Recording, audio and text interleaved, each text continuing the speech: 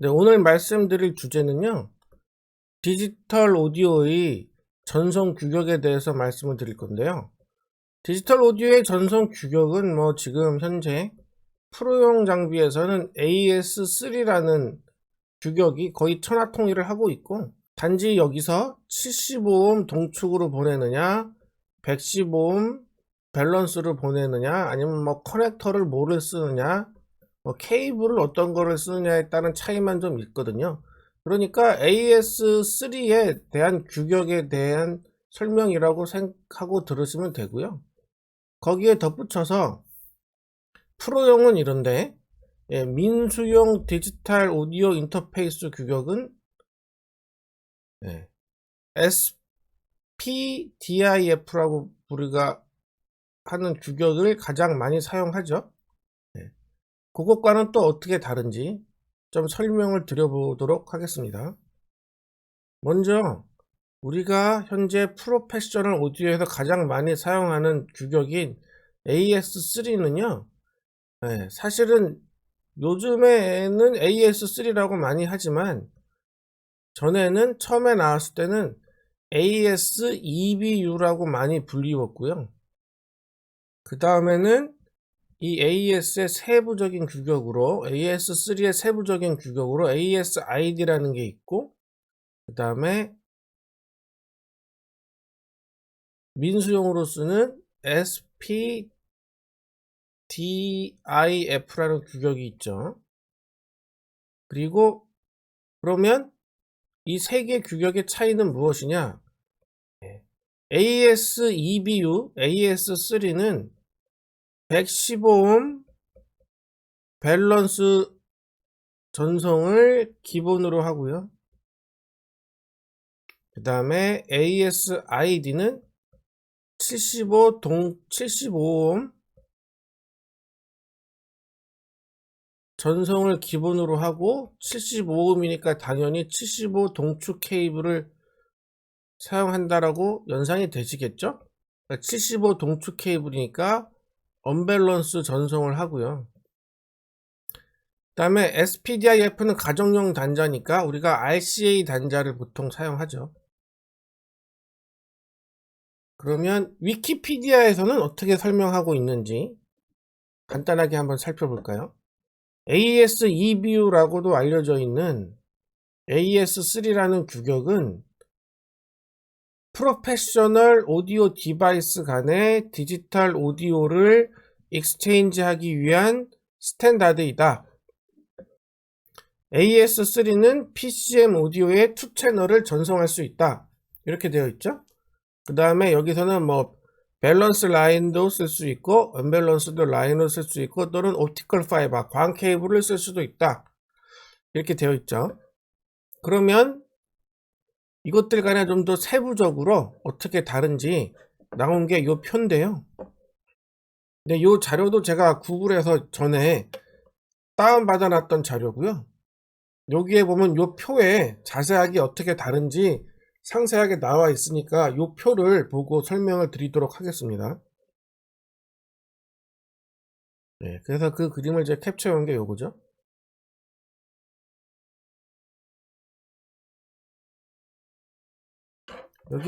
여기서 보시면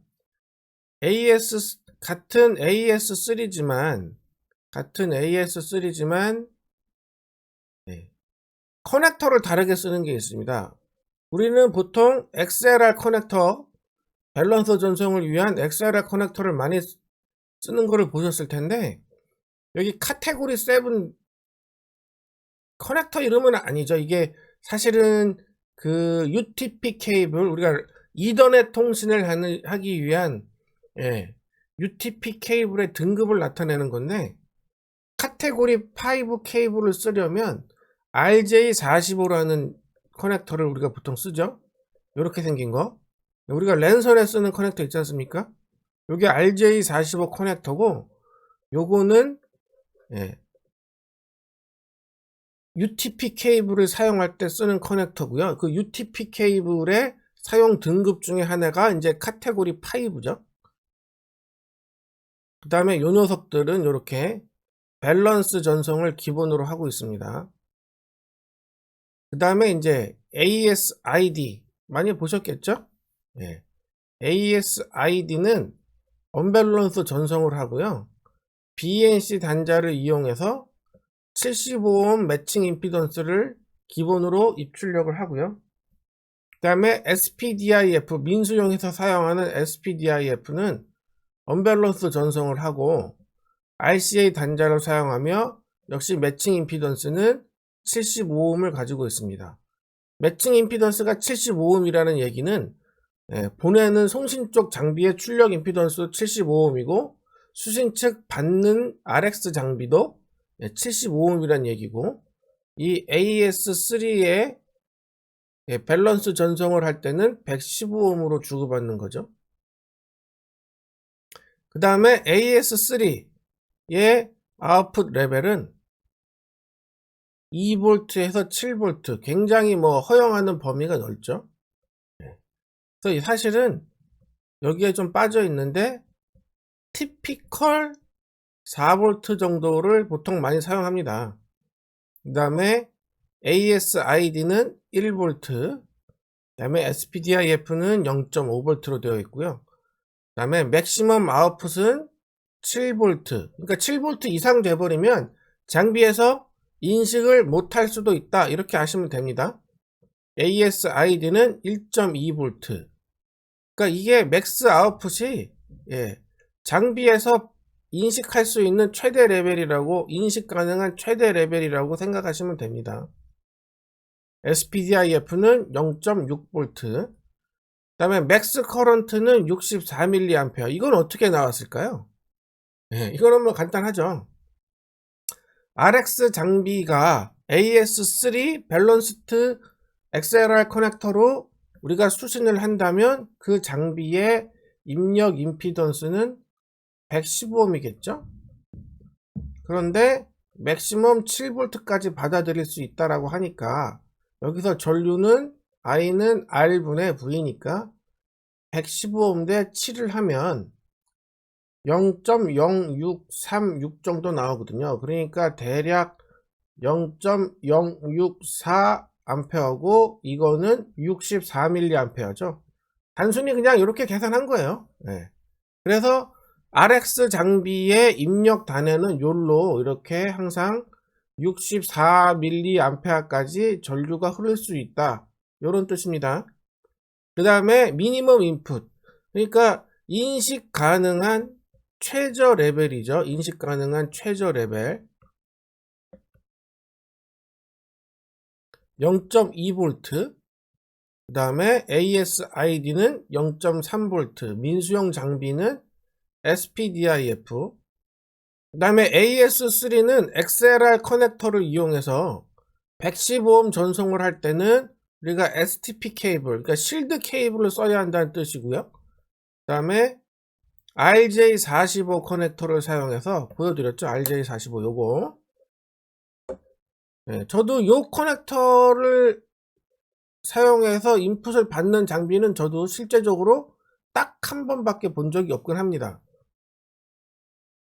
RJ45 커넥터를 이용해서 UTP 케이블, 그러니까 실드가 없는 케이블이죠. 이게 U자가 unshielded의 약자죠.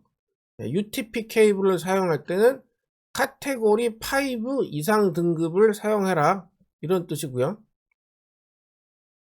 그 다음에 ASID는 75 동축을 사용하니까 당연히 동축 케이블을 사용해야 되고요. SPDIF도 75옴 75옴 전송을 기본으로 하다 보니까 75옴 동축 케이블을 사용합니다. 근데 중요한 게 이제 요건데, 우리가 AS3, AS2BU를 밸런스 XLR 플러그를 XLR 단자나 플러그를 사용해서 전송을 하면 대략적으로 전송할 수 있는 최대 거리는 100m고요.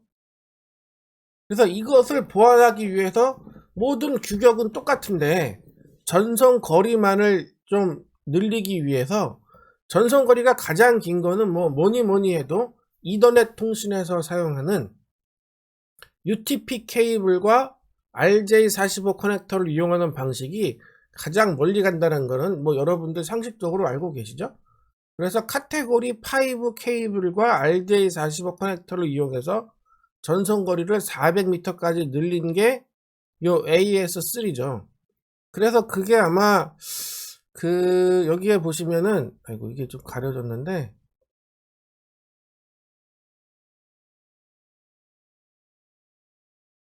저도 요게 보면 AES3에 1이 있고 AES3에 6가 있고 AES3ID에 2가 있는데, 요거가 숫자가 뜻하는 건지는 저도 사실은 잘은 모르겠지만 어쨌거나 아마 그런 세부적인 디테일의 차이를 표현하는 서브 넘버링 숫자가 아닐까 저는 이렇게 생각을 합니다. 그 다음에 AES-ID는 역시 75 동축답게 가장 거리를 멀리 보낼 수 있죠. 1000m나 보낼 수 있습니다. 디지털 오디오를 아주 먼 거리로 우리가 보내고자 할 때는요, 네, AES-ID 규격을 이용하거나 아니면 AES3 규격을 AES-ID로 변환해서 사용하는 게, 보내주는 게 가장 전송 효율을 극대화할 수 있는 방법이겠죠.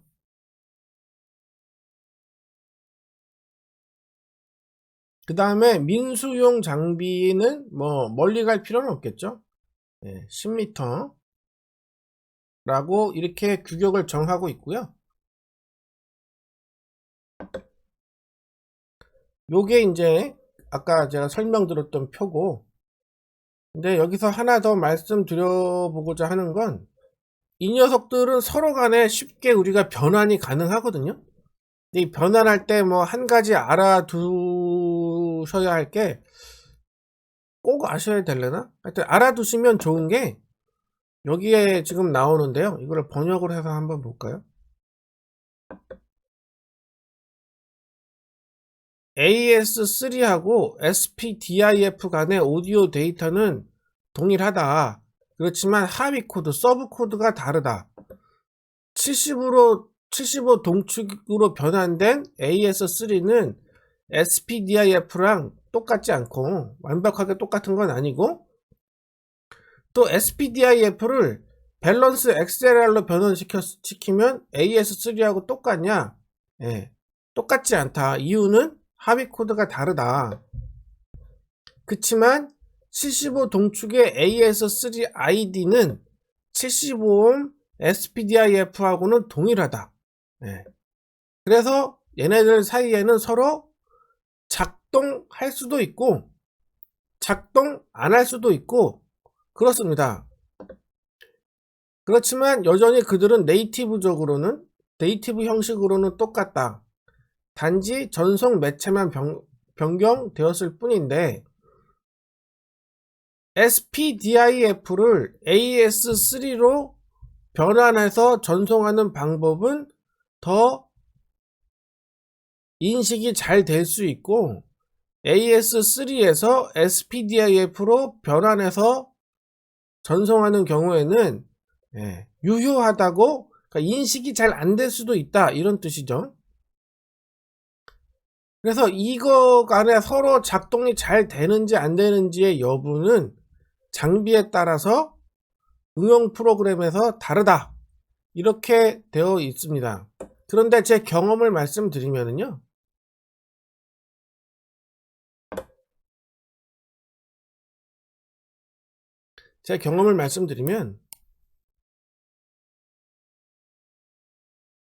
요즘에 디지털 리시버, 트랜스미터, 이 IC들이 워낙에 성능도 좋고, 그 다음에 이 포용력이라 그래야 되나요? 각 포맷에 대응하는 포용력이 넓어서 SPDIF를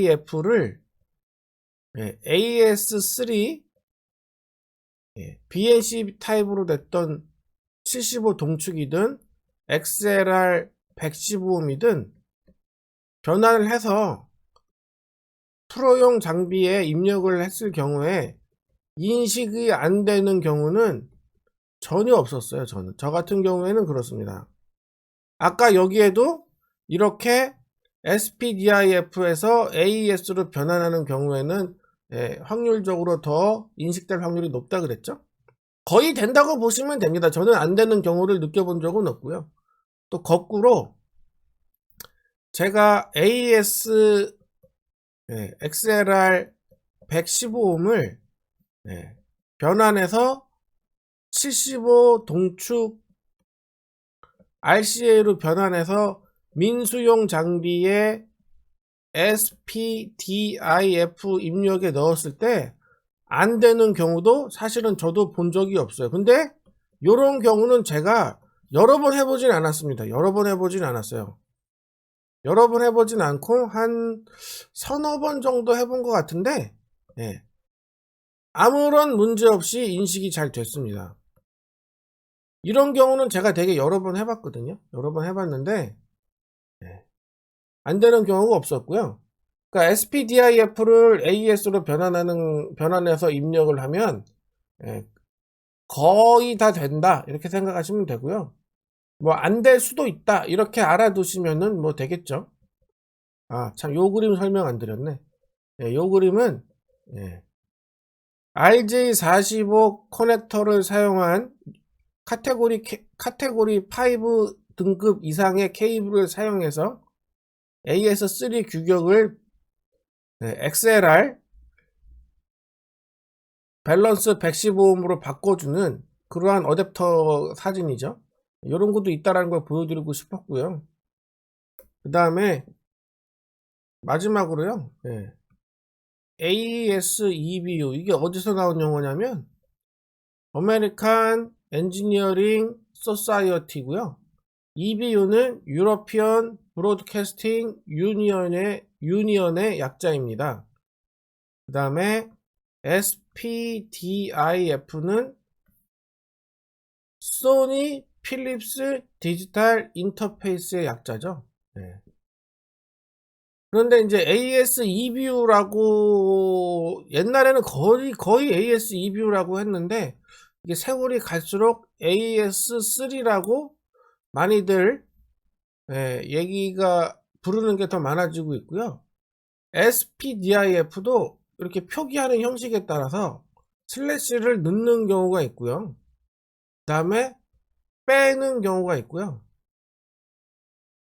그 다음에 SDIF라고 해서 이 P자를 빼고 필립스를 빼고 소니 디지털 인터페이스라고 표기하는 경우도 많이 있습니다. 아 참 그리고 하나 이 위키피디아를 보니까 하나 말씀 안 드린 게 있는데 여기에서 말하는 전송 볼티지 2V에서 7V는 피크 투 피크까지의 전압을 얘기합니다. 그러니까 RMS치가 아니에요. 실효치나 평균치가 아닙니다. 요거까지 말씀을 드리고 끝내도록 하겠습니다. 디지털은 펄스지 않습니까? 펄스? 디지털 오디오에서 말하는 2V라고 하는 건 우리가 아날로그 신호에서는 여기서부터 여기까지를 피크 투 피크치라고 하고 그 다음에 중점에서부터 피크까지의 전압을 피크치라고 하고 그 다음에 피크치에서 루트 2로 1.414로 나눈 것을 실효치라고 하죠. 이 정도 되죠. 이 정도 되는 게 실효치 RMS죠. 근데 디지털은 펄스이기 때문에 이렇게 얘기하지 않고요. 디지털은 피크 투 피크, 그러니까 가장 높은 전압과 가장 낮은 전압의 전이차를 우리가 디지털 오디오의 볼티지로 우리가 표시를 합니다. 제가 아까 말씀드렸던 볼티지는 싹 다 피크 투 피크치예요. 그러면 오늘은 여기까지 끝내고 다음 시간에는